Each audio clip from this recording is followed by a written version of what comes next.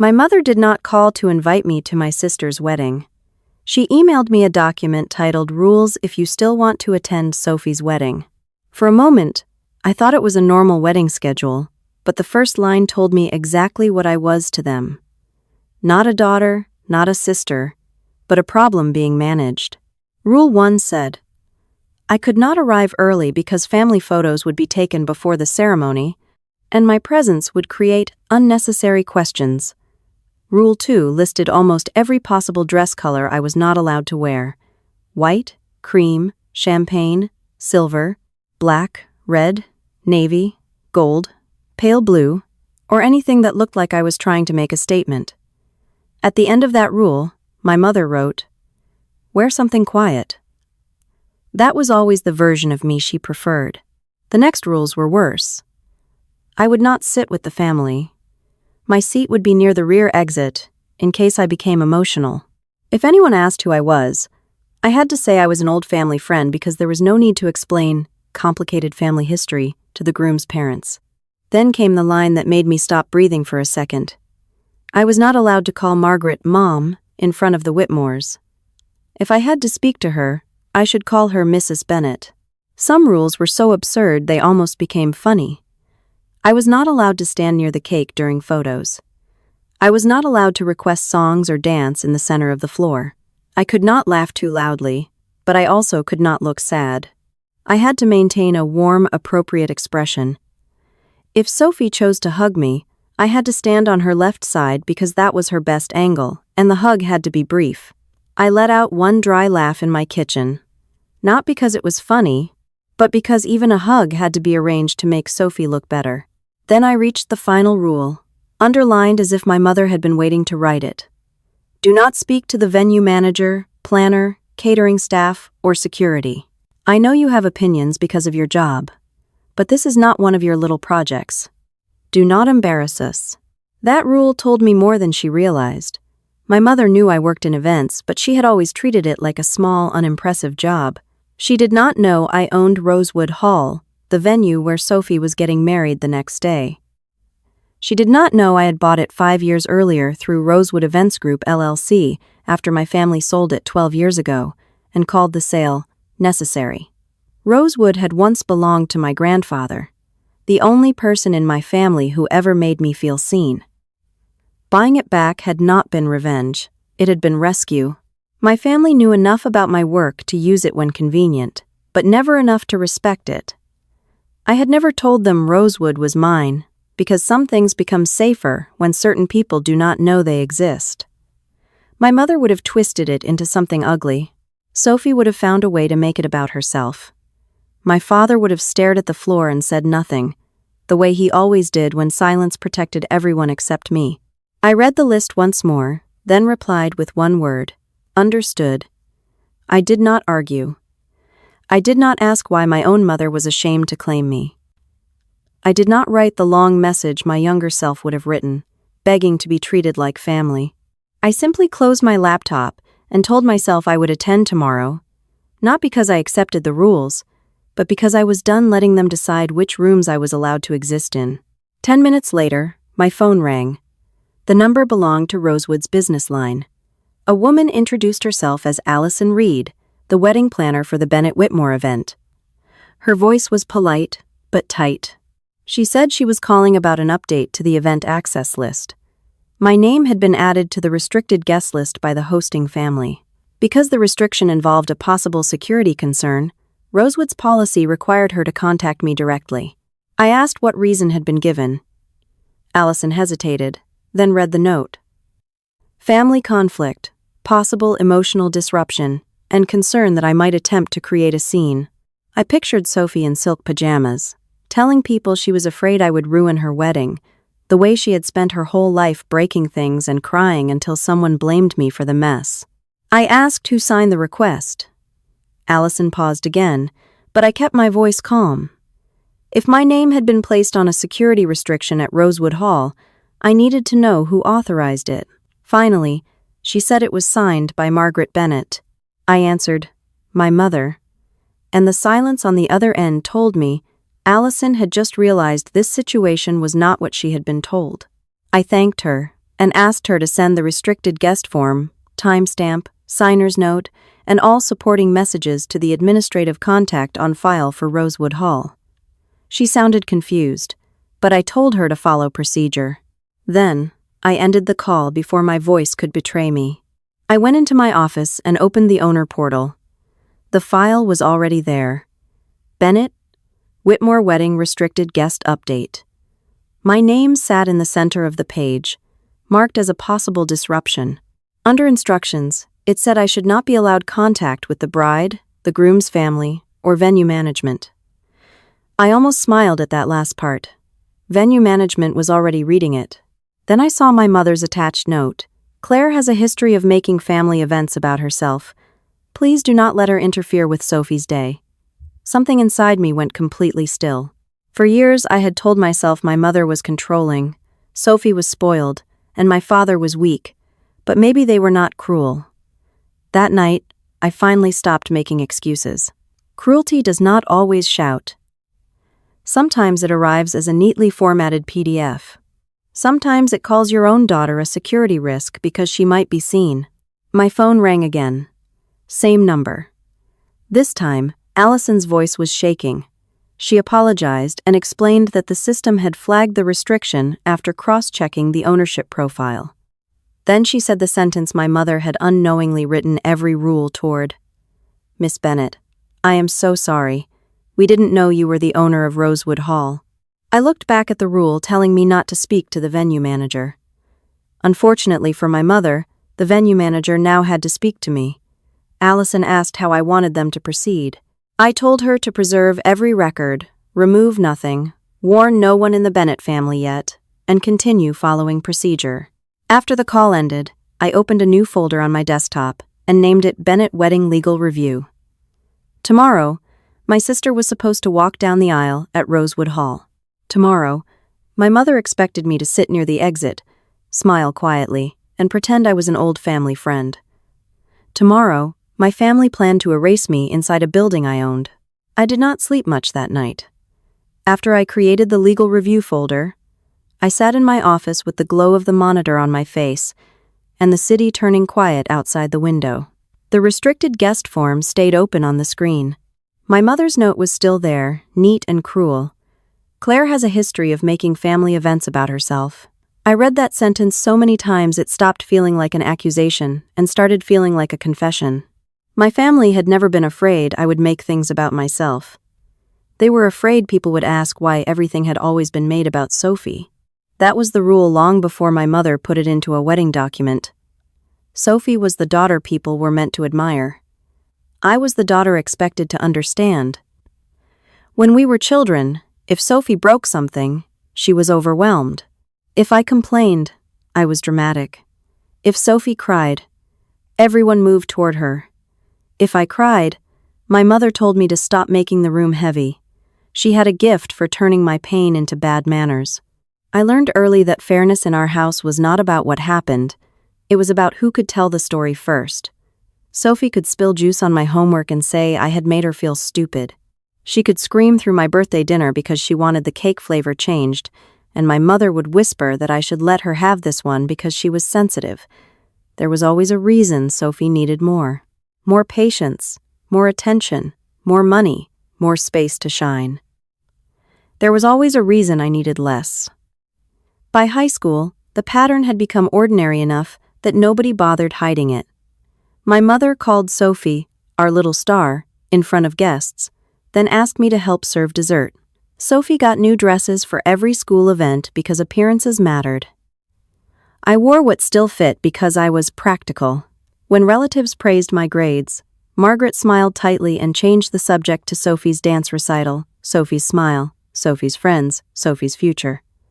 If anyone noticed, they were too polite to say anything. My father certainly never did. Richard Bennett's silence was its own language. He was not loud like my mother, and that made him easier to forgive for too long. He would give me a tired smile after Margaret cut me down, as if we were both enduring the same storm. But we were not. He was standing under the roof. I was outside in the rain. When my mother demanded I apologize for upsetting Sophie, he would look at the table and murmur, "Just keep the peace, Claire." Peace, in our family, always meant I had to surrender first. When I turned 22, the family crisis arrived wrapped in my mother's voice. She called me late one night and said my father had medical bills they were struggling to cover. Her tone was tight, frightened, almost tender. I remember standing in the hallway of my cheap apartment, still wearing my work uniform from a catering shift, listening to her say she did not know who else to ask. Sophie was only 15 then, still in private school, still taking lessons my parents insisted were essential for her confidence. I was the adult daughter. I was the strong one. I was the one who could help. So I did. I took extra shifts. I postponed classes. I stopped replacing things that broke. I sent money home because my mother said the family needed me, and some foolish part of me believed that being needed might finally become being loved. Each transfer came with a promise. We'll pay you back when things settle. Your father is grateful, even if he doesn't know how to say it. Sophie doesn't need to know how bad things are. I accepted all of it because I wanted to be good, not impressive, not celebrated. Just good enough that my family might stop treating me like an obligation they regretted. Around that same time, Rosewood Hall was sold. My grandfather had loved that place, and because he loved me, I loved it too. When I was little, he used to take me there on Sunday mornings, before anyone else arrived. He would let me run my hands along the carved banister and tell me buildings remembered how people treated them. Rosewood was where I first felt chosen, not useful, not tolerated, chosen.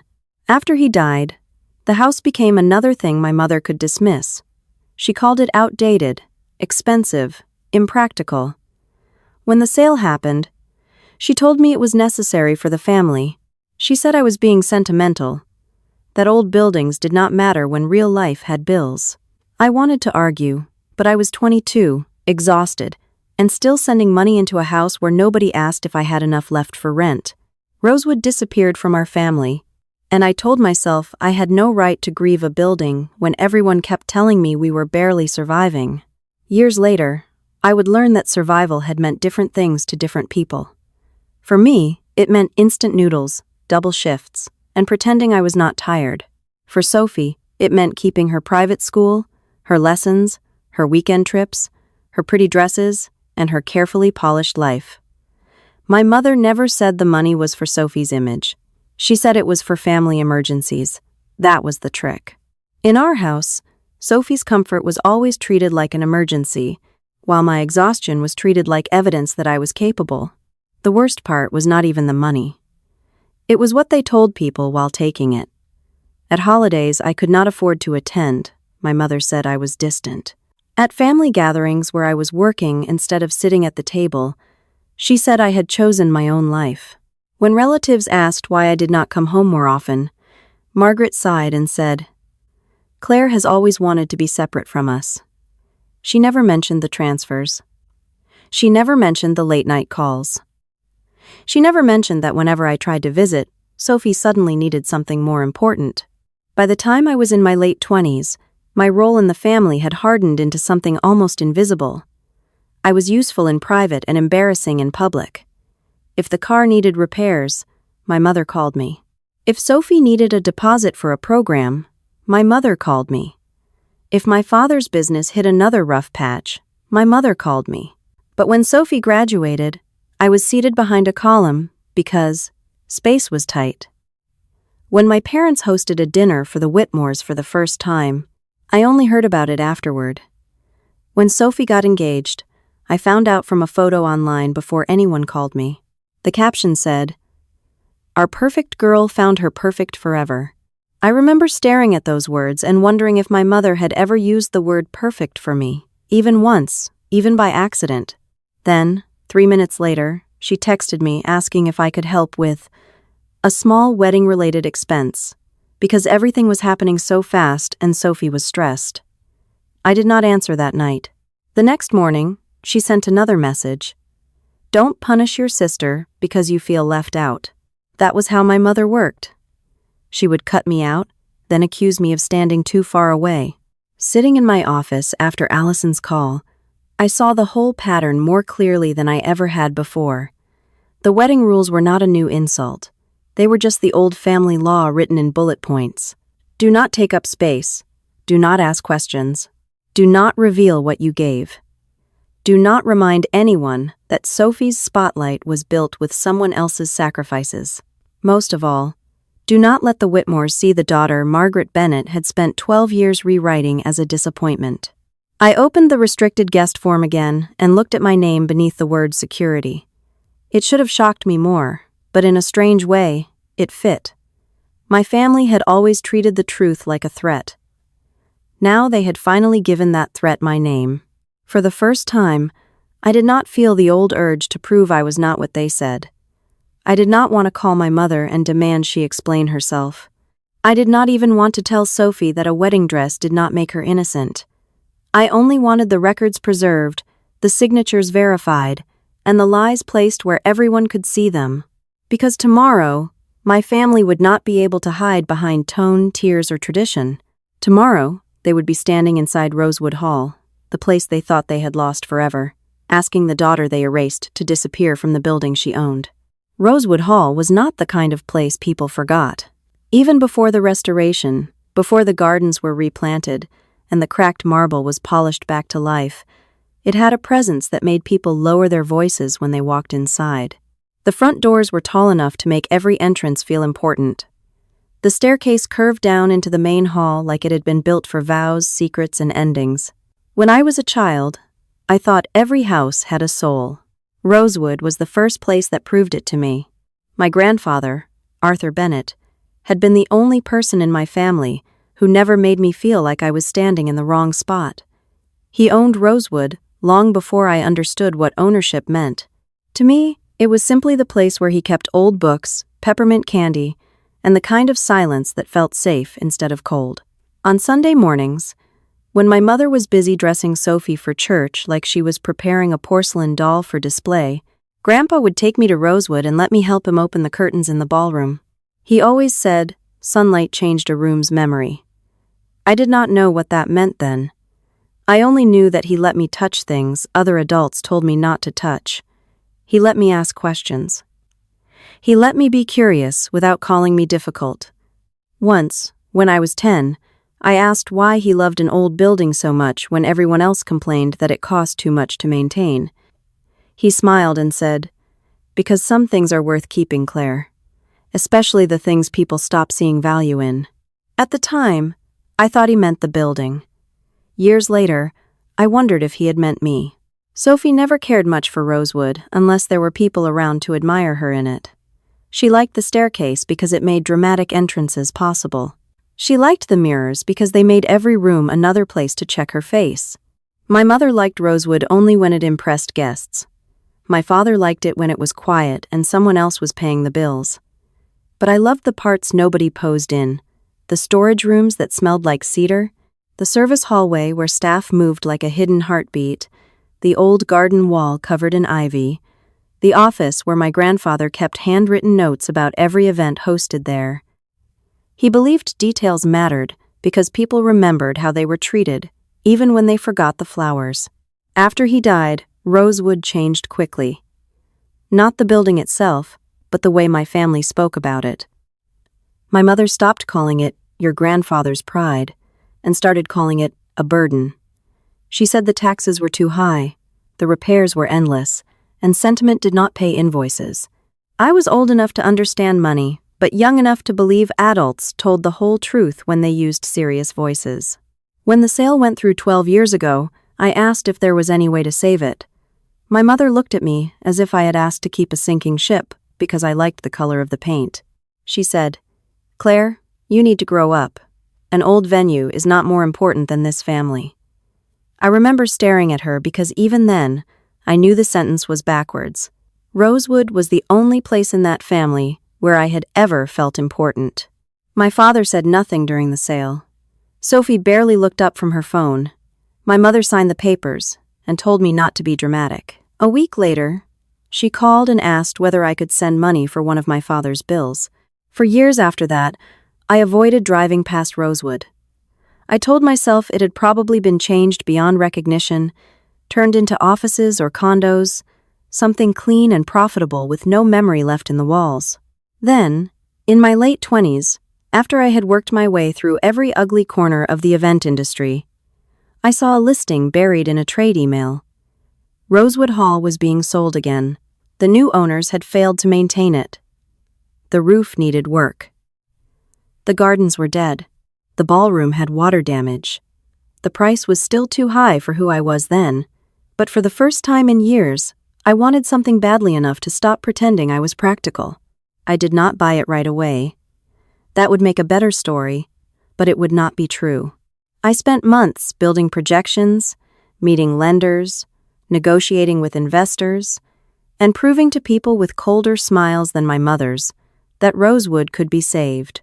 I used every lesson I had learned from carrying trays, managing difficult brides, calming angry fathers, reading contracts at midnight, and fixing disasters no guest ever saw.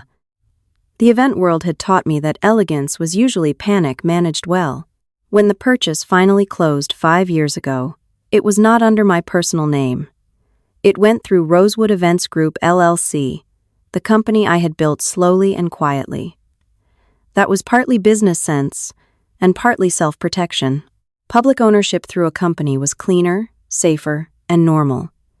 It also meant my family would not find out unless they cared enough to look carefully, and they had never looked carefully at anything I built. The first time I walked back into Rosewood as the owner, the place was colder than I remembered. Dust floated in the light. One of the windows in the West Hall was cracked. The ballroom smelled faintly of rain. I stood at the foot of the staircase and waited to feel triumphant, but triumph did not come. Grief did. I thought of my grandfather's hand on the banister, my mother's signature on the sale documents, and the 22-year-old version of me who had believed she was powerless to keep anything she loved. I did not cry. I took out a notebook and started writing down what needed repair. That was how Rosewood came back to life. Not through one dramatic act, but through hundreds of unglamorous decisions. We repaired the roof before replacing chandeliers. We restored the old wood instead of covering it with something trendy. We rebuilt the garden paths, upgraded the kitchen, trained the staff, rewrote vendor policies, and created systems so no bride's mother, no wealthy father, no entitled guest could bully the people who made the event run. I wanted Rosewood to be beautiful, but more than that, I wanted it to be honest. Within 3 years, it became one of the most requested wedding venues in the state. Magazines called it timeless, influencers called it exclusive, brides called it magical. My mother apparently called it perfect for Sophie. That was the part that still felt unreal. Of all the venues they could have chosen, of all the ballrooms and country clubs and luxury hotels my sister could have demanded, she chose Rosewood Hall. Maybe she remembered the staircase. Maybe my mother remembered how people used to admire the family when they had access to that place. Maybe they thought hosting Sophie's wedding there would make it look as if the Bennetts had never lost anything at all. They booked through the sales office 10 months before the wedding. Not through me. Not directly through ownership. Just another high-end client with a famous last name and a bride who wanted the best date available. My team handled it like any other event. Bennett was not an uncommon enough name to raise alarms immediately, and by the time I noticed the file, I made the decision to let the booking stand. I told myself business was business. Rosewood did not need to become another battlefield, but that was before the rules, before the restricted guest form, before my mother tried to turn me into a security concern inside the very place I had rebuilt from the bones she abandoned. I leaned back in my office chair and looked at the old photograph of Rosewood before restoration. The building in that picture looked wounded, but not defeated. I understood that feeling better than I wanted to. My family had sold it, dismissed it, and returned only when it shined again. They had done the same thing to me in smaller, quieter ways for years. The difference was that Rosewood had records, contracts, ownership documents, security policies, time-stamped requests. It could prove what had happened inside its walls. By morning, my family would walk through those front doors, believing Rosewood was just the setting for Sophie's perfect day. My mother would expect the staff to obey her. Sophie would expect the staircase to belong to her entrance. My father would expect silence to save him again. None of them understood that Rosewood had already remembered me. And this time, so had I. By 6 the next morning, I was driving through the iron gates of Rosewood Hall. The staff entrance was already busy with floral trucks, catering crates, garment bags, and quiet voices moving through the gray morning light. In a few hours, guests would see only elegance. They would not see the security notes, the access lists, or the bride's sister who had been marked as a threat by her own mother. Allison Reed was waiting in the administrative office behind the East Hall. Beside her stood Marcus Hale, Rosewood's operations manager. Allison looked pale and exhausted, but I did not blame her. She had followed policy. My family was the problem. "I'm sorry again," she said. "I should have cross-checked the ownership profile before calling you." "You followed procedure," I said, setting my bag on the table. "Now I need to know exactly what my family filed." Marcus slid a folder toward me. Inside was the printed request. Restricted guest. Request Claire Bennett. Possible emotional disruption. Limit access unless escorted.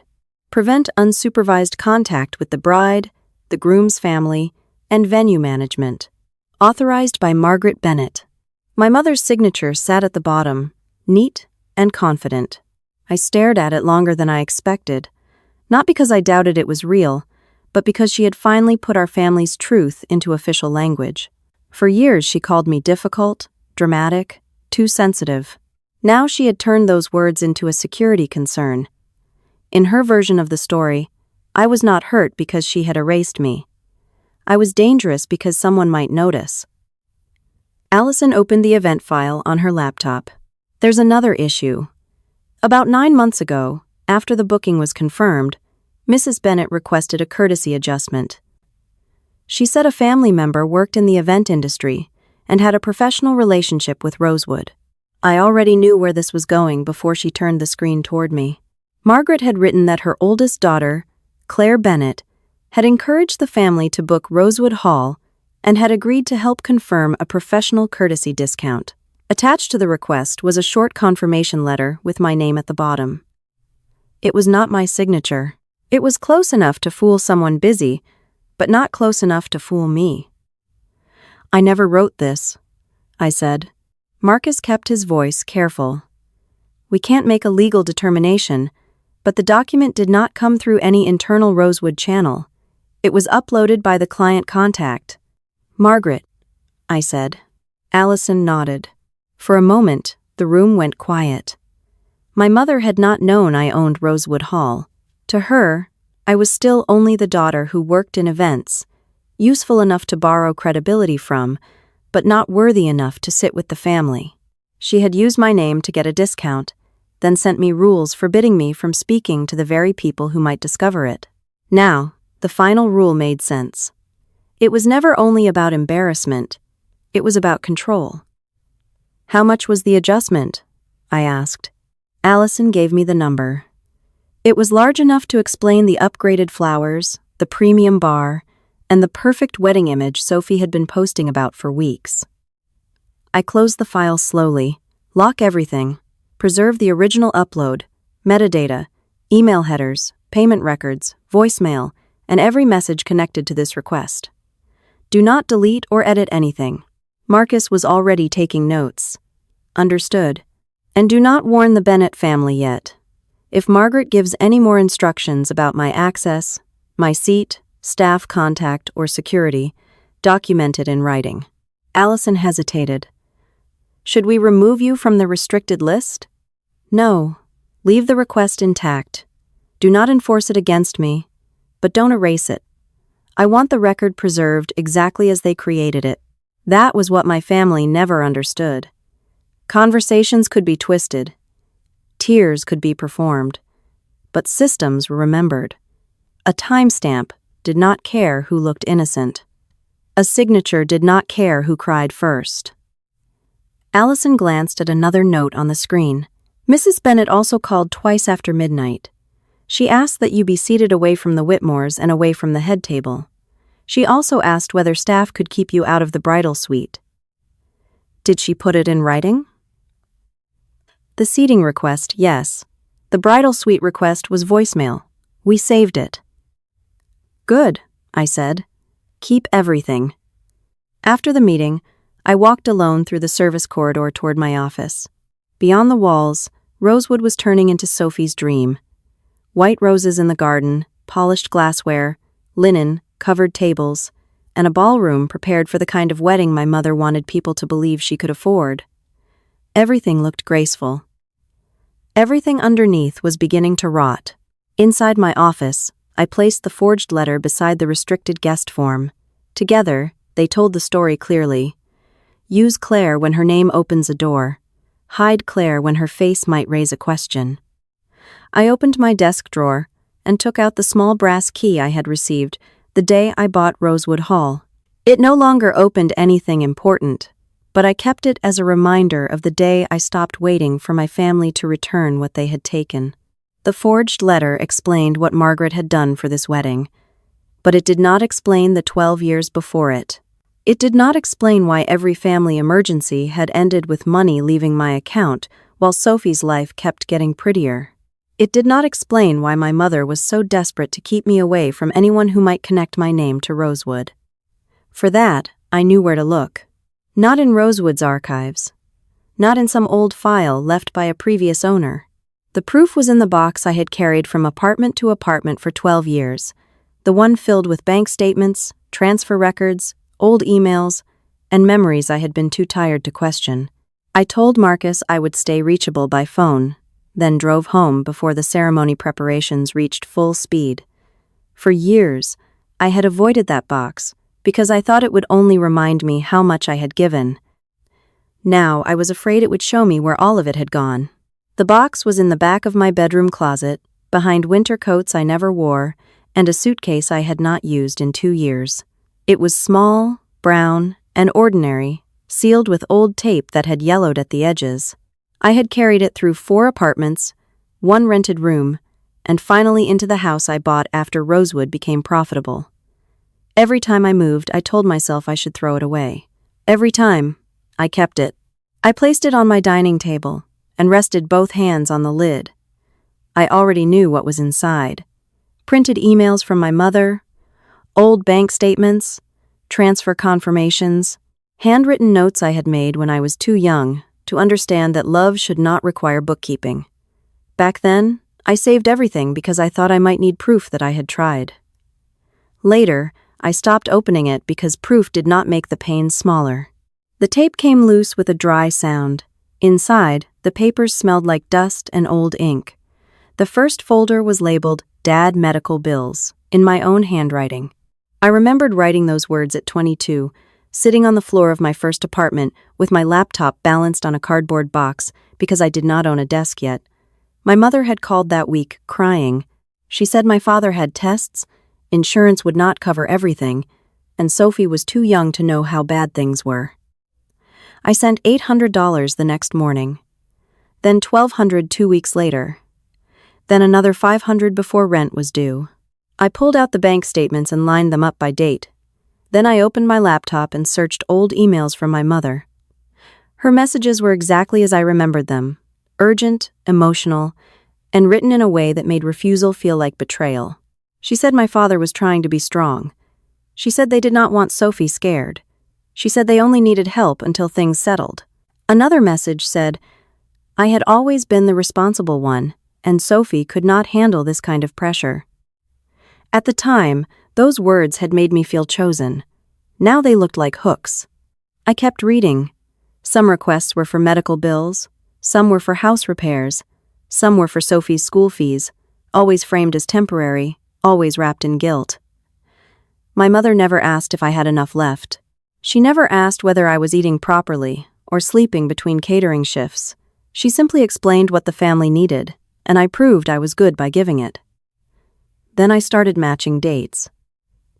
The first crack came from one of Sophie's old social media albums. In the same week, my mother said the electricity bill was overdue. Sophie was at a private dance intensive in another state, smiling in a new leotard with a caption about chasing dreams. 2 months later, when I sent money for what Margaret called an emergency home repair, Sophie posted pictures from a beach trip with friends. The hotel name was visible in one photo. It was not cheap. I moved faster after that. I checked old transfers against old posts, emails, receipts, and calendar dates. The pattern became impossible to ignore. When my mother said Dad's bills were swallowing them, Sophie got new headshots. When Margaret said the roof needed urgent repair, Sophie joined an exclusive youth leadership program. When she said they were behind on property taxes, Sophie appeared at a charity gala in a dress my family could not have afforded if they were truly drowning. Not all the money had gone directly to Sophie. Some of it had gone into the life Margaret wanted people to see. Club memberships, social events, private lessons, polished appearances, the right circles, the right invitations. My mother had not been saving the family. She had been protecting a performance. Sophie was the display, and I was the funding source hidden behind the curtain. Then I found an email from 10 years ago that made my stomach tighten. I had questioned why the emergencies never seemed to end, and my mother had written back that appearances mattered for Sophie in a way they never mattered for me. She said Sophie had opportunities if they kept her in the right rooms. Then she told me not to make it about fairness, because families invested where it made sense. I remembered crying when I first read that email, but I had focused on the wrong part. I thought the cruelest sentence was about appearances mattering for Sophie. Now I understood the worst part was the line about investing where it made sense. My mother had not slipped. She had told me exactly how she saw us. Sophie was the investment. I was the resource. At the bottom of the box was the folder I had avoided the longest. It held the papers from the year Rosewood was sold. I found the old notice, a copy of the sale announcement, and a printed message from my mother sent 3 days after closing. She wrote that one day I would understand, and that they had to make sacrifices for the family. I stared at the word sacrifices.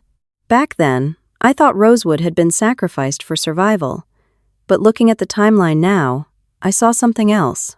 Rosewood had been sold, my money had kept flowing, and Sophie's life had not become smaller. Mine had. I had skipped meals, postponed classes, and worn the same black dress to every catering job until the zipper broke. Meanwhile, my sister's world kept getting brighter. A sound left my throat, but it was not a sob. It was disbelief. The kind that comes when a locked door finally opens and you realize you have been living in the hallway for years. I gathered the records into 3 piles. One for transfers, one for emails, one for public proof, photos, dates, programs, memberships, anything showing where the money had likely gone. I was careful not to claim more than I could prove. That was the difference between me and Margaret. I did not need to exaggerate. The truth was ugly enough on its own. Then I opened the forged confirmation letter from the wedding file and placed it beside the oldest transfer record, 12 years apart. But the pattern was the same. Use my name. Use my money. Use my loyalty. Then hide me before anyone asked why I was there.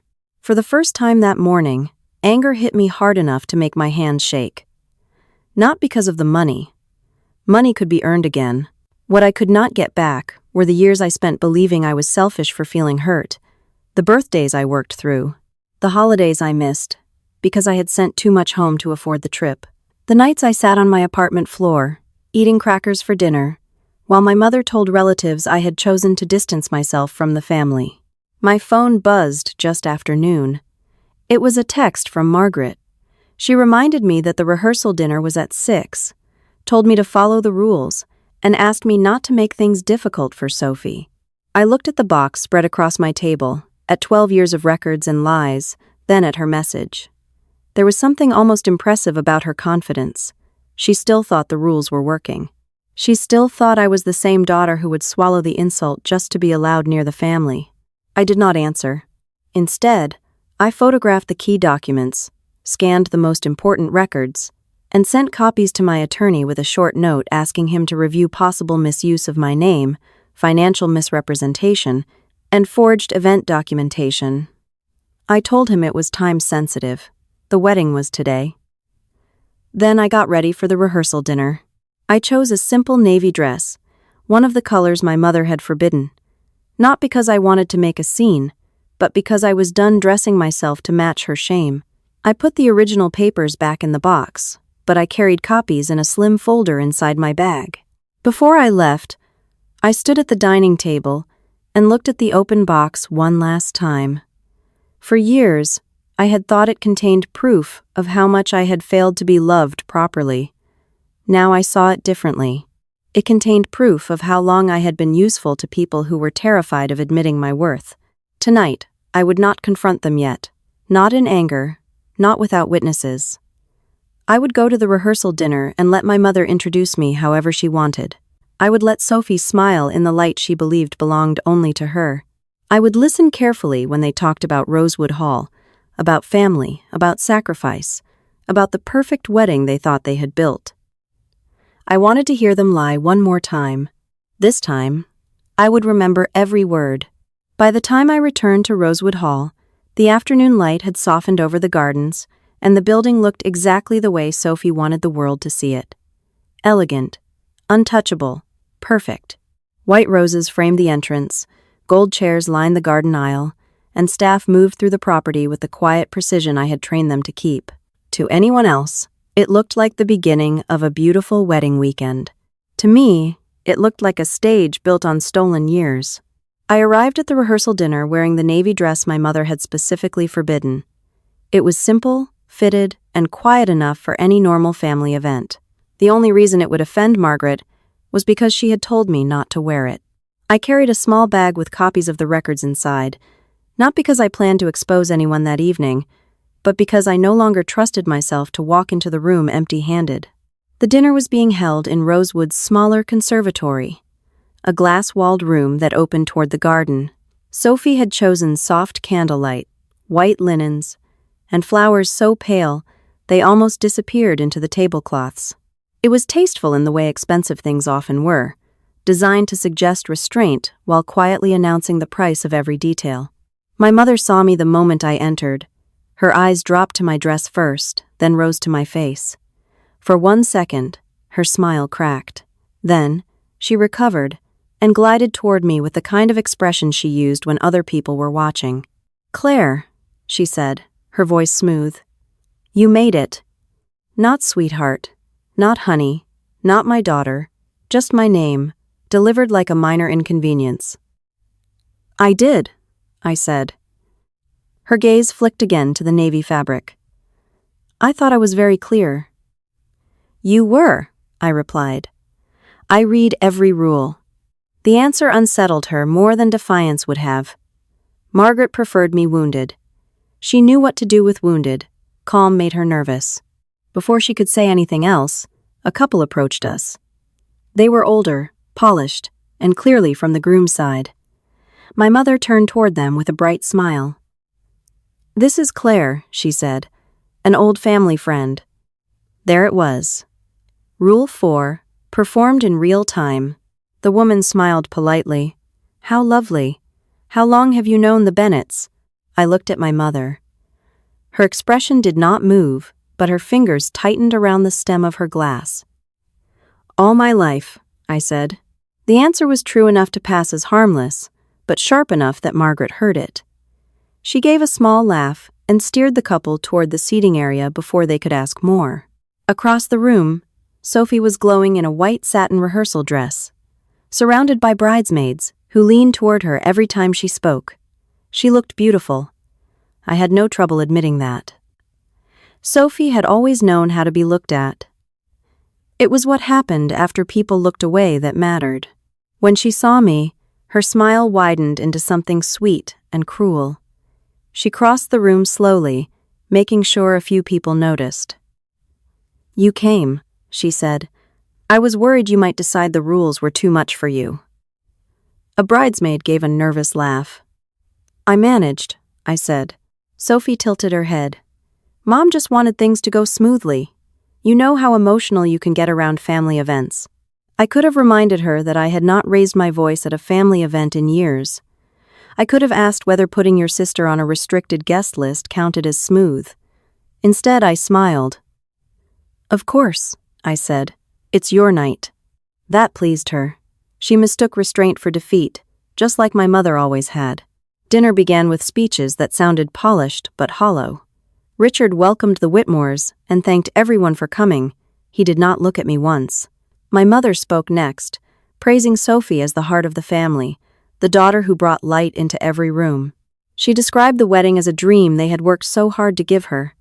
Her voice trembled at just the right moments. Guests smiled. Sophie dabbed at one eye, though I saw no tear fall. I sat near the far end of the room, not at the family table, but not as hidden as Margaret had probably requested. That was Marcus's doing. He had followed the seating plan exactly as filed, then placed me where the staff could see me clearly. My mother noticed. She kept glancing toward me between courses, trying to understand why the venue team seemed careful around the woman she had tried to bury at the back. The first clear sign came when a server approached me before pouring wine. "Still or sparkling water tonight, Miss Bennet?" he asked softly. It was a normal courtesy. It was also a mistake, at least for my mother's performance. Sophie's head turned. Margaret's smile tightened. Daniel Whitmore, who had been speaking with his father, glanced toward me with mild curiosity. "Miss Bennet," Sophie repeated lightly. "How formal." The server sensed the tension and moved on. I did not correct him. I did not explain. I simply took a sip of water and watched my family try to fit that tiny moment into the story they had prepared. Victor Whitmore noticed more than the others. He was a tall man with silver hair, quiet eyes, and the patient stillness of someone who had spent decades listening for what people avoided saying. At first he watched my mother, then Sophie, then me. By the second course, I knew he had realized something was wrong. Daniel was kinder, or perhaps less experienced. During a pause in conversation, he leaned slightly toward me and asked, "So, Claire, what do you do?"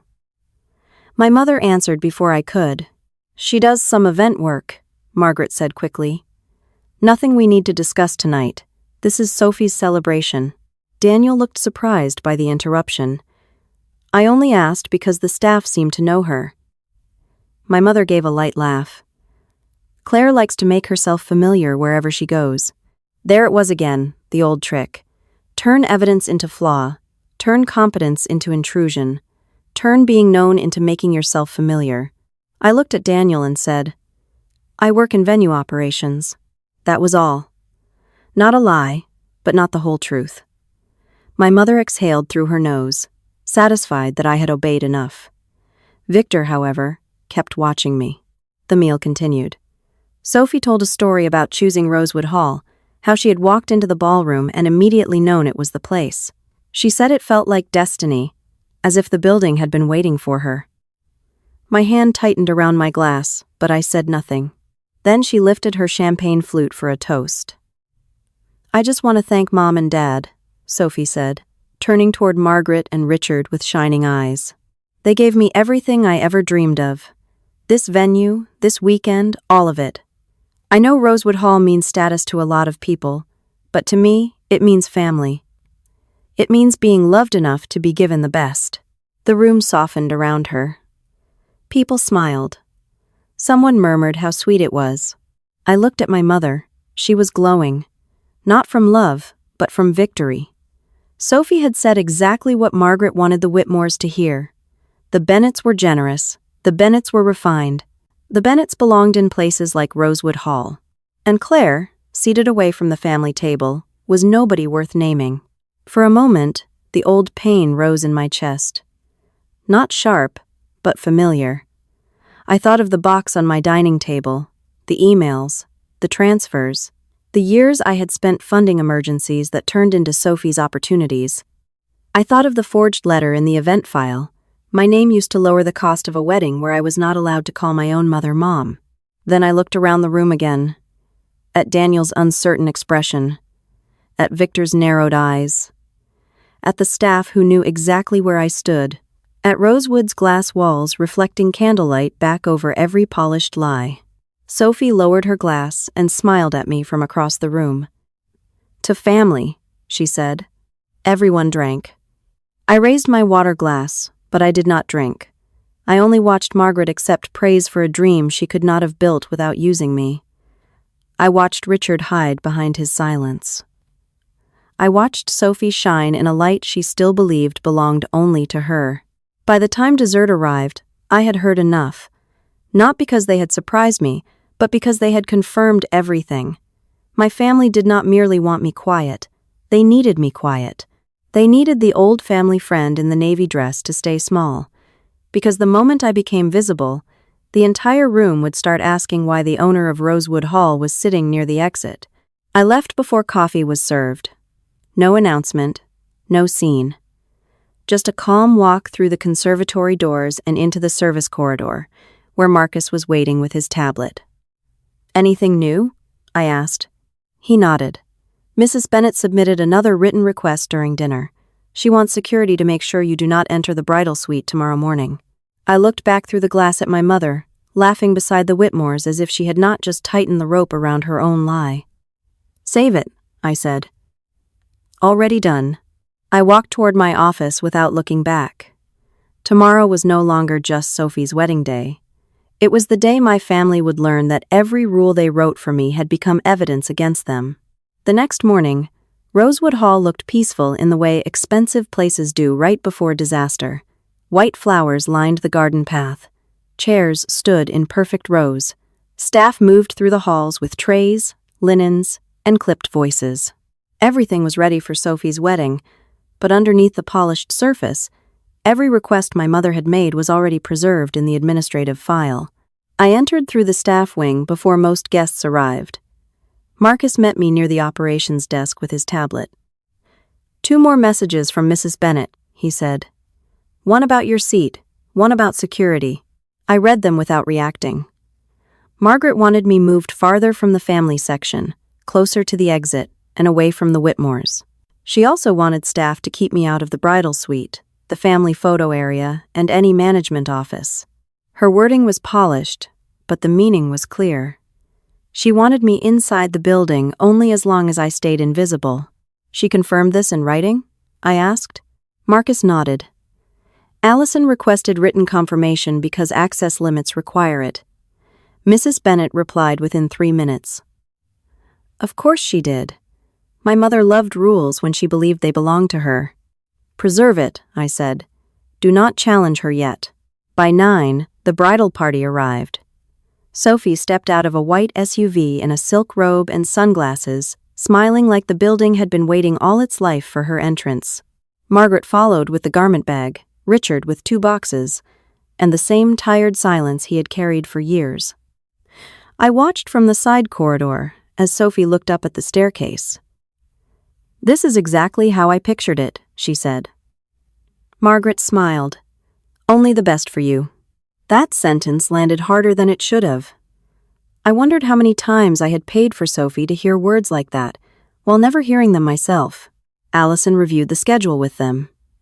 Hair and makeup in the bridal suite. Family photos in the garden. Ceremony at 4. Cocktail hour on the West Terrace. Everything sounded normal until Margaret saw me near the operations desk. Her smile stayed in place, but her eyes sharpened. She crossed the lobby quickly. "Claire," she said, "what are you doing back here?" "Good morning, Mrs. Bennet," I said. She stiffened. She had told me not to call her mom, so I followed the rule exactly. "Do not be clever today," she said under her breath. "You were told where guests belong." I remember the rules. Sophie appeared beside her mother, already wearing the expression she used when she wanted witnesses. "Why are you here so early? You're not supposed to be near the bridal area." "I'm not in the bridal area."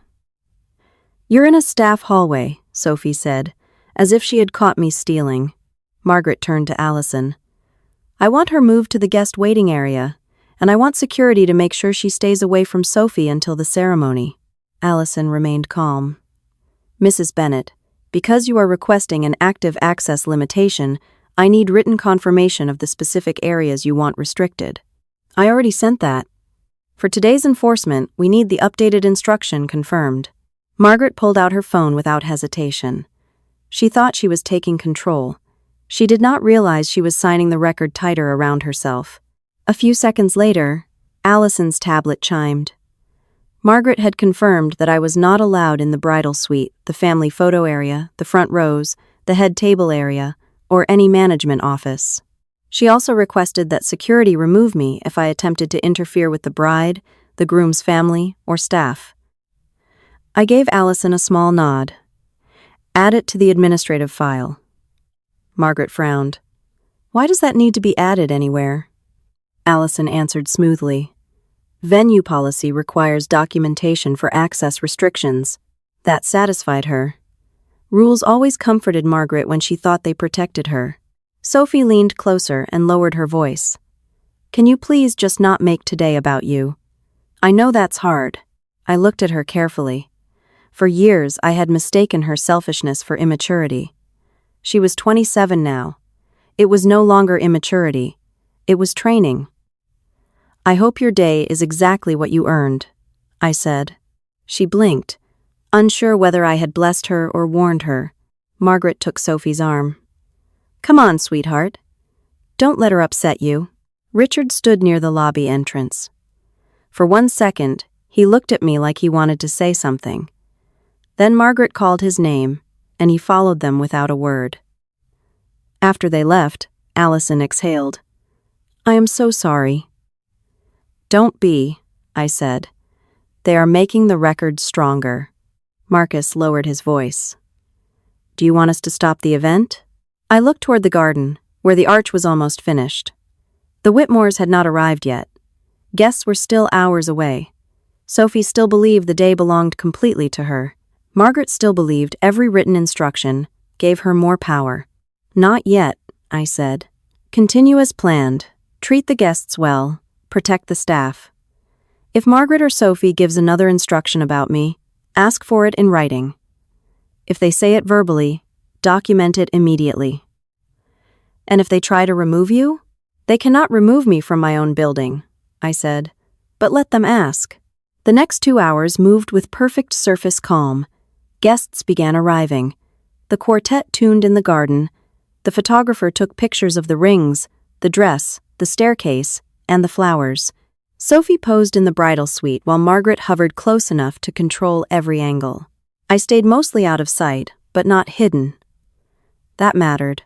I was not going to beg to be seen, but I was done disappearing to make them comfortable. Near the garden entrance, I heard Margaret scolding a staff member. I already told your planner that Claire is not supposed to be near the family photos. The staff member answered politely. I understand, Mrs. Bennett. I'll ask Miss Reed to document that instruction. Margaret snapped. Why does everyone keep saying document? Because you taught us to, I thought. By early afternoon, the file had become impossible to dismiss. The original restricted guest request, the seating request, the bridal suite restriction, the family photo restriction, the security instruction, the forged courtesy letter. Margaret had not made one emotional mistake. She had built a pattern.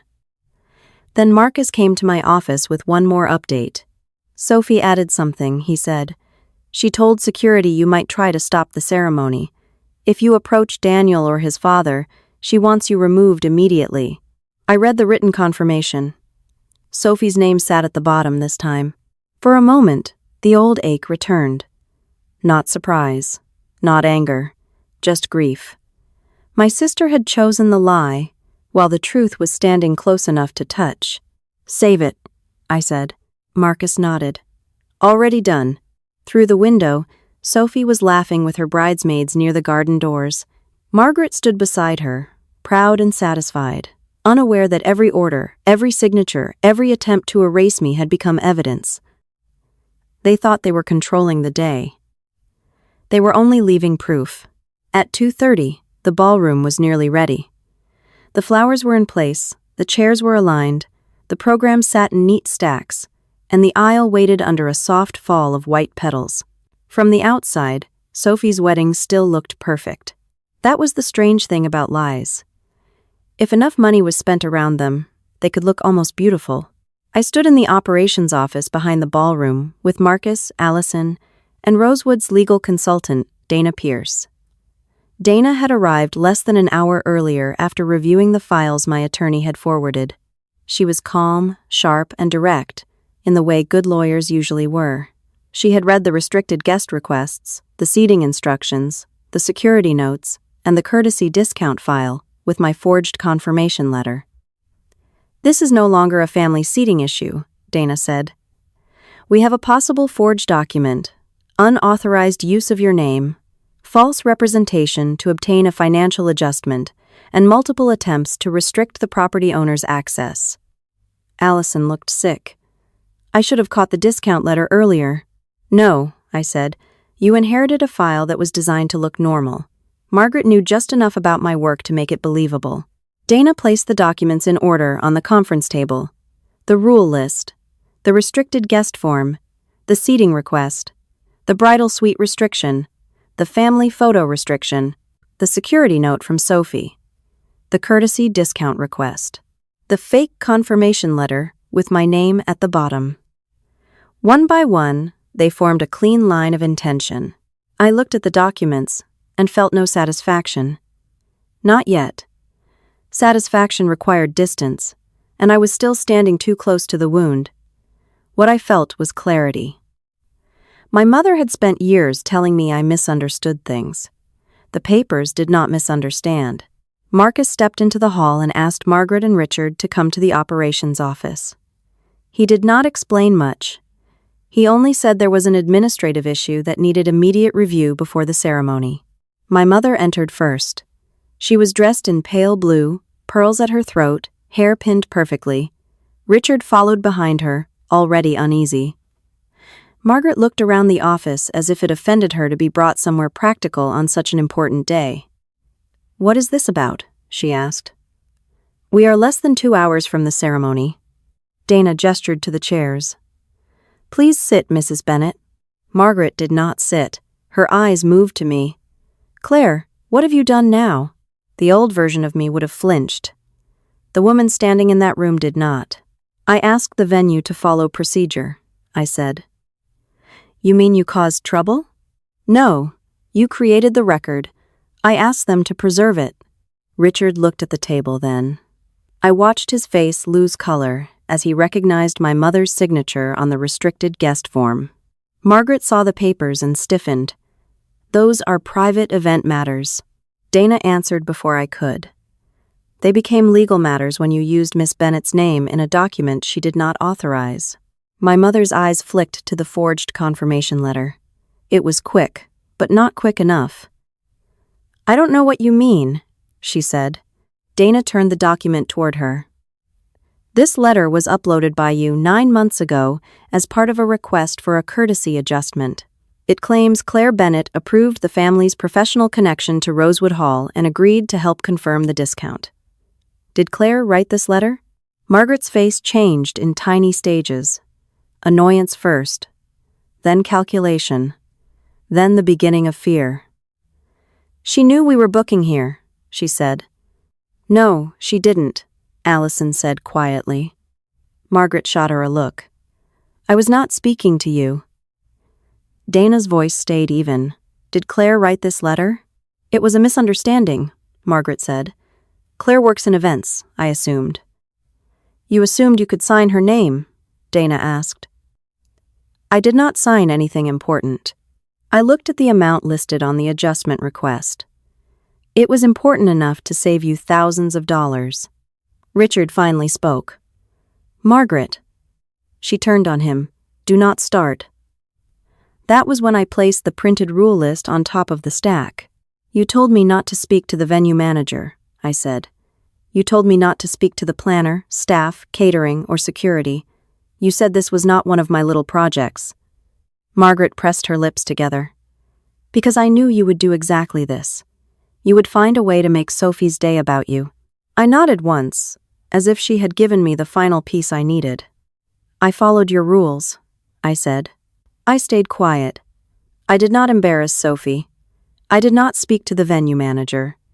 Unfortunately, the venue manager had to speak to me because I own the building. For the first time in my life, I watched my mother run out of words. Richard gripped the back of a chair. His mouth opened, but nothing came out.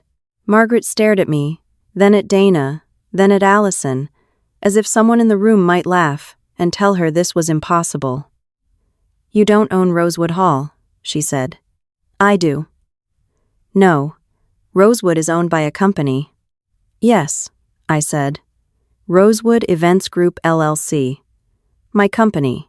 The silence that followed was not empty. It was crowded with every year they had underestimated me. Margaret's face went pale beneath her makeup. Why would you hide that from us? I almost smiled. That is your question? Her eyes sharpened again, desperate to regain control. You let your sister book this place without saying anything. You let us plan the entire wedding here. You booked through sales like any other client. You signed the contract. You requested the discount. You uploaded a document with my name on it. Then you tried to have me restricted from my own property.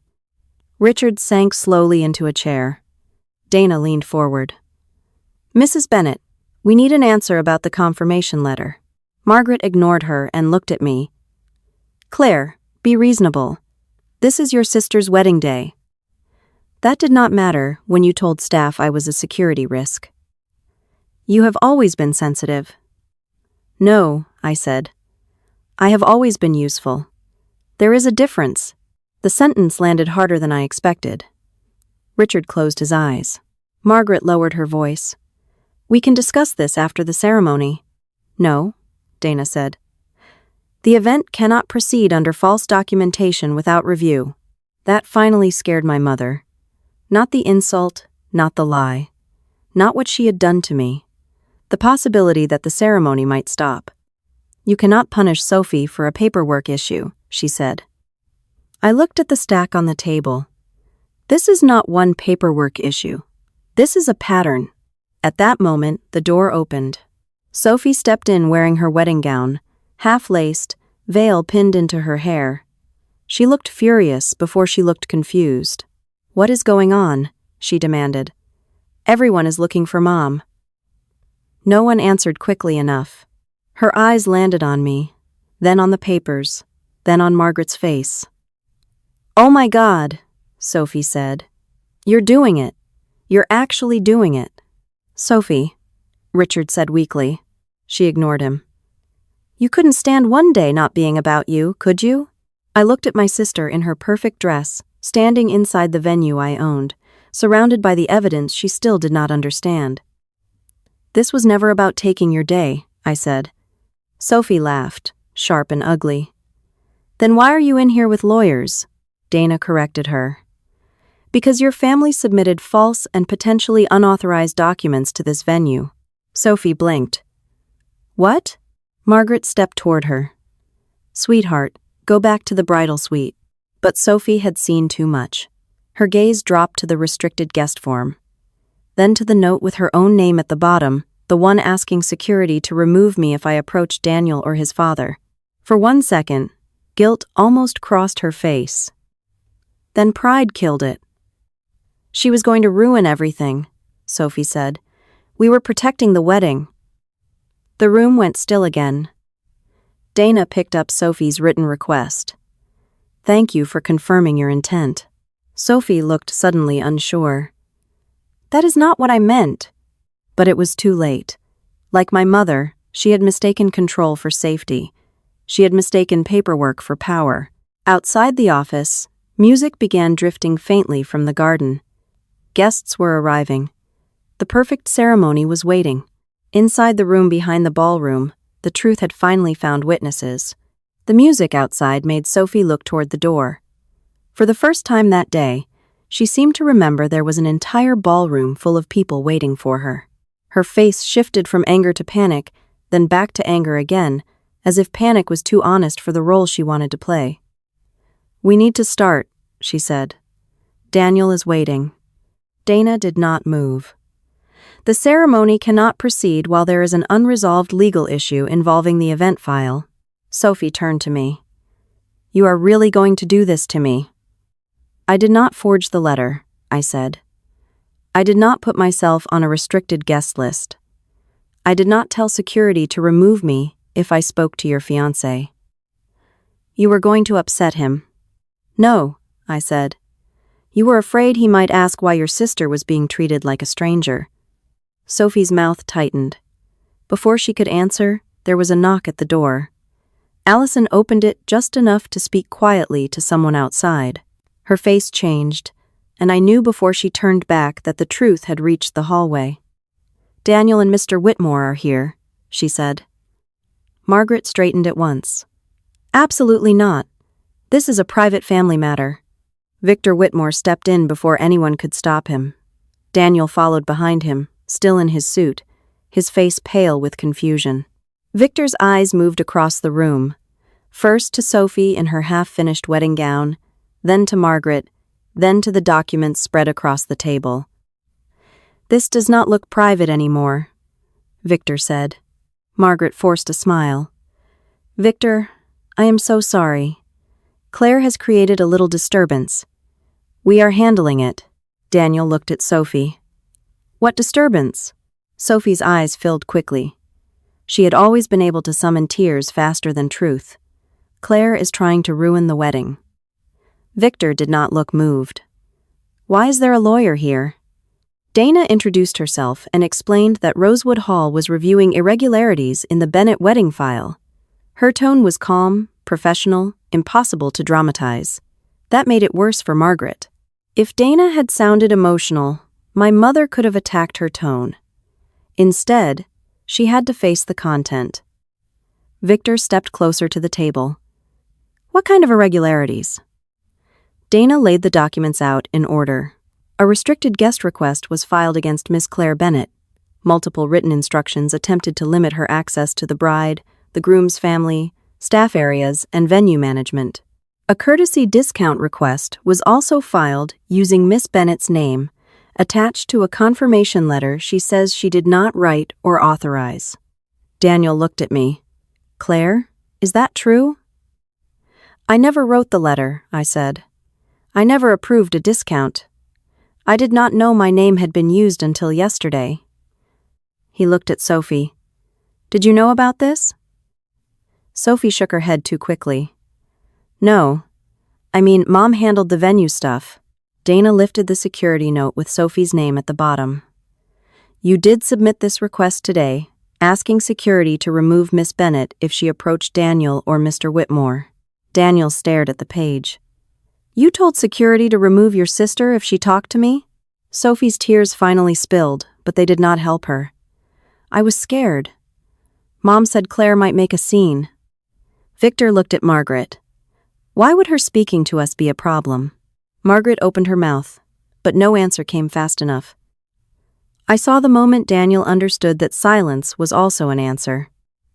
"She told my parents you were an old family friend," he said slowly. Sophie whispered, "It was complicated." "No," Daniel said. "It was a lie." The word landed cleanly. No shouting, no drama, just the thing my family had spent 12 years avoiding. Margaret tried to recover. "Daniel, sweetheart, you do not understand our family history. Claire has always been difficult. She twists things." Victor picked up the forged confirmation letter. "Then the documents should make it simple. Did Claire authorize this or not?" Margaret's face hardened. "It was a misunderstanding," Dana replied. "Mrs. Bennett has used that word several times, but she has not explained how Miss Bennett's name appeared on a document she did not create." Richard sat with his hands clasped, staring at the floor. Daniel noticed. "Richard," he said, "did you know Claire was Sophie's sister and not a family friend?" Richard closed his eyes. "Yes." The room went quiet. Daniel looked almost physically struck. "And you let everyone introduce her that way?" Richard did not answer. He did not need to. Victor turned to me then. His expression had changed. Not soft exactly, but respectful. "Miss Bennett, what is your role at Rosewood Hall?" Margaret moved as if to interrupt, but Dana raised a hand. I answered before anyone else could. "I own it. Rosewood Hall is held by Rosewood Events Group, LLC. That is my company." Daniel looked around the room, then back at Sophie. "You knew she owned the venue?" Sophie's face twisted. "No, nobody knew. She hid it." I almost laughed. Even now, Sophie thought the real offense was that I had owned something she could not claim. "I did not hide it to trap you," I said. I kept it private because this family has a long history of taking whatever I build and calling it theirs. Victor's eyes lowered to the stack of papers in my folder. There is more, isn't there? I did not unload 12 years of pain in one breath. I only opened the folder and placed copies of the clearest records on the table. Transfer confirmations. Emails from Margaret asking for emergency money. Public posts showing Sophie at expensive programs and events during the same weeks my mother claimed the family was in crisis. The old email where Margaret wrote that families invested where it made sense. I kept my voice steady. These do not prove every dollar. I am not claiming they do, but they show a pattern. For 12 years, my mother asked me for help under emergency reasons. During that same period, Sophie's life was funded, polished, and presented as proof of the family's success. I was asked to give in private, then hidden in public. Daniel read the email about investing where it made sense. His face changed, so did Victor's. Sophie saw it and panicked. That has nothing to do with the wedding. It has everything to do with the wedding, Daniel said. You let me believe your family was close. You let me believe Claire was barely involved because she chose to be distant. Margaret cut in. She did choose that. I looked at my father. Did I? Richard swallowed. His face seemed older than it had that morning. No, he said quietly. Margaret stared at him. Richard. But the word had already left him. One small truth after years of silence. Daniel stepped away from Sophie. It was not dramatic, but she felt it immediately. Daniel, she whispered. He looked at her, and the love on his face was still there, but damaged now by something more dangerous than anger. Doubt. Did you know your mother was going to introduce Claire as a family friend? Sophie wiped her cheek. I just wanted one perfect day. Daniel shook his head. At the cost of your sister's dignity. She always makes me feel guilty. No, he said. The truth makes you feel guilty. Victor closed the folder and turned to Dana. What happens now? Dana said the venue could pause the ceremony pending review, preserve all records, and require full settlement of any disputed adjustments before the event continued. She also made clear that any potential forgery would be handled separately by counsel. Margaret finally lost her polished tone. You cannot humiliate us in front of everyone. I looked through the small window in the door. Guests were seated beyond the hall, waiting beneath flowers I had paid staff to arrange, in a building my family thought they could use while pretending I did not matter. I am not humiliating you, I said. I am letting the truth stand where you put it. Daniel removed the boutonniere from his lapel and set it on the table. Sophie stared at it, as if he had dropped the ring itself. I need time, he said. I cannot walk into that room and make vows while I am still finding out who I am marrying. Sophie reached for him, but he stepped back. Victor put a hand on his son's shoulder. We are pausing the ceremony. Margaret sank into the chair beside Richard. Sophie began to cry harder, but this time nobody rushed to fix it. Outside, the music kept playing for a few more seconds before someone gave the signal to stop. The silence that followed was the first honest thing Rosewood Hall had heard all day. For a few seconds after the music stopped, nobody moved. The silence outside the operations office spread through Rosewood Hall like a spill. It reached the garden first, then the ballroom, then the lobby where guests turned toward one another with confused smiles that slowly faded. Sophie stared at Daniel as if he had misunderstood his role in the story. He was supposed to forgive her. He was supposed to take her hand, blame me, and walk back toward the aisle. For her whole life, tears had been enough to bring people back to her side. This time, they were not. Daniel, she whispered, please, we can talk after the ceremony. He looked at her for a long moment. That is the problem, Sophie. You wanted vows before the truth. Her face crumpled. Margaret rose so quickly her chair scraped the floor. This is insane, my mother said. You are all letting Claire manipulate you. She has always wanted to punish Sophie. Victor's voice was quiet, but it cut through the room. Mrs. Bennet, your daughter did not create the forged document. She did not file the security request against herself. She did not tell your family to introduce her as a friend." Margaret opened her mouth, then closed it. For once, she had no clean sentence ready. Dana turned to me. "Miss Bennett, as owner, you have the right to pause the event pending review. The venue can assist guests professionally, while legal and financial issues are addressed." Everyone looked at me then. Margaret with panic, Sophie with hatred, Richard with shame, Daniel with something close to apology. I could have ended everything with one sentence. I could have ordered staff to clear the building, cancel the ceremony, lock the ballroom, and let the whispers do the rest. A part of me wanted to. A smaller, angrier part of me wanted my mother to feel what it was like to be removed from a room she thought belonged to her. But Rosewood was not my revenge tool. It was my business. It was my grandfather's memory. It was the one thing I had rebuilt without them. I looked at Allison. "Please have the guests escorted to the conservatory. Offer refreshments. Tell them the ceremony is delayed due to a private family matter. No gossip from staff, no speculation. Protect the guests and protect the team." Allison nodded at once and left the room. Sophie let out a bitter laugh, still pretending to be noble. No, I said. "I am being professional. You should try it." Her tears stopped for a second, shocked by the directness. Margaret stepped toward me. "Claire, listen to me. Whatever you think happened, we can fix it privately. You do not want to destroy your sister's life over paperwork." I looked at the table, the forged letter, the restricted guest form, Sophie's security note, the emails, the transfers. 12 years reduced to clean pages. "This is not paperwork," I said. "This is how you treated me when you thought no one important was watching." Richard finally lifted his head. "Claire." I turned to him. He looked older than he had an hour ago. "I should have stopped it," he said.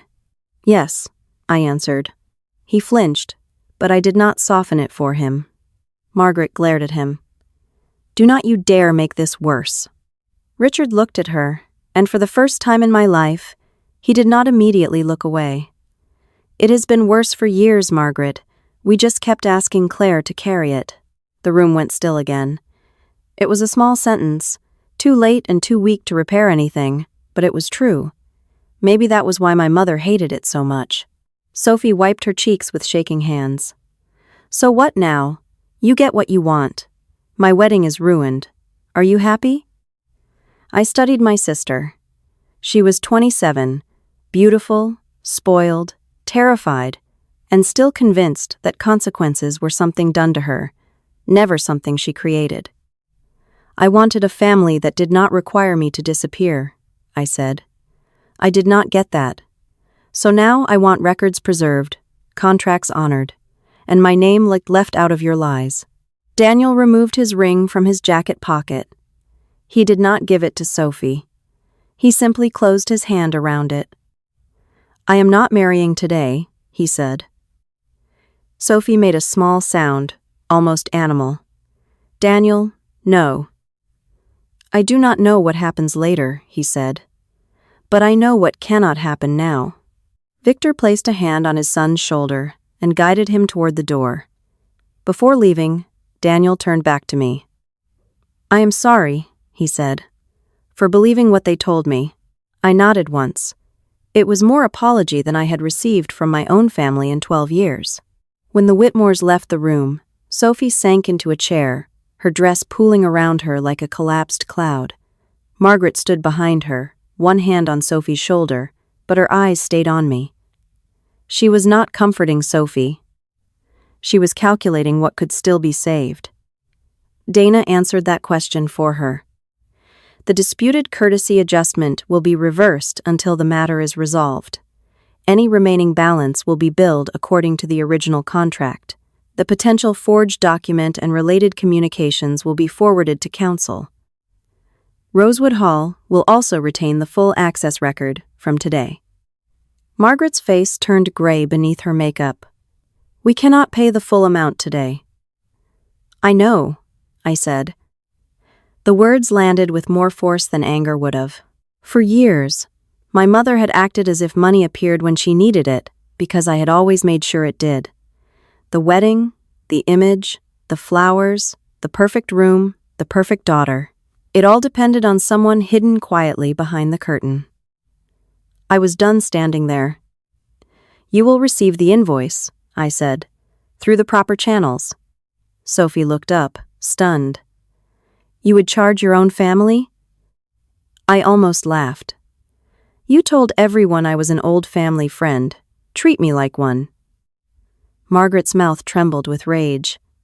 "After everything we did for you." That sentence broke something open, but not painfully. Cleanly.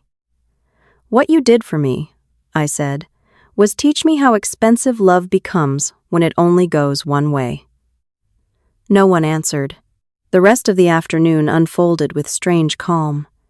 Guests were told the wedding had been postponed. Some left quietly. Some whispered in the parking lot. The Whitmores departed through the side entrance. Sophie's bridesmaids gathered her train as she walked out, crying, not like a bride, but like someone leaving a stage before the applause. Margaret did not look at me when she passed. Richard did. "I am sorry," he said. I wanted those words to matter more. I wanted to feel relief, or grief, or some final childlike hope that maybe he would become brave now that it was too late. Instead, I felt tired. "Tell the truth next time," I said. He lowered his eyes and followed my mother out. By evening, Rosewood Hall was empty, except for staff. The flowers remained, the chairs remained. The aisle still waited for vows that had never been spoken. Marcus and Allison handled everything with care, and I thanked them both before sending the team home early. When I was alone, I walked through the ballroom and up the staircase my grandfather used to love. At the landing, I looked down at the hall. For years, I had thought being left out meant I had no place. But standing there, inside a building I had saved with my own hands, I finally understood something. A place did not belong to you because people invited you in. Sometimes it belonged to you because you rebuilt it after they threw it away. My phone buzzed near midnight. A message from Margaret. It was not an apology. It said, "You are really going to abandon your family over this?"